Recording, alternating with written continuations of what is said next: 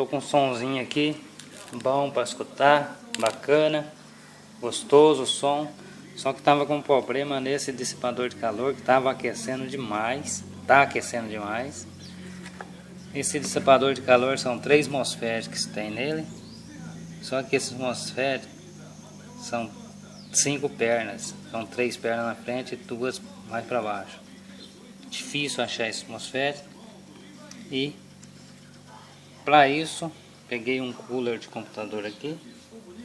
Estou com o multímetro aqui que achei a saída 12 volts contínua, certo? Bem aqui do trafo aqui está saindo a tensão 12 volts, mas só que alternada ainda. Passou pela ponte retificadora, deixa eu mostrar aqui. Ele passou pela ponte retificadora e aqui por baixo está saindo 12 volts para alimentar um capacitor aqui, outro capacitor aqui. Para frente, que eu fiz a conexão já direta do 2 cooler aqui, de cooler de computador.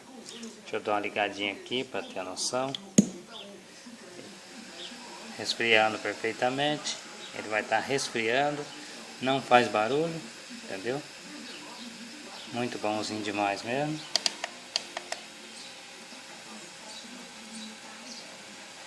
E vou colocar lá para ele resfriar. Depois que estiver lá dentro, daí eu mostro. Dá uma pausa aqui.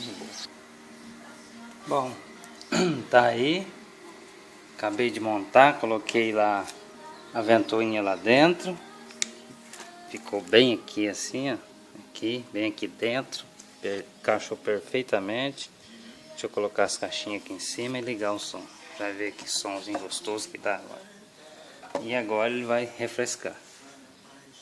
Quando ligo ao barulho da ventoinha, muito pouquinho, ergue o som.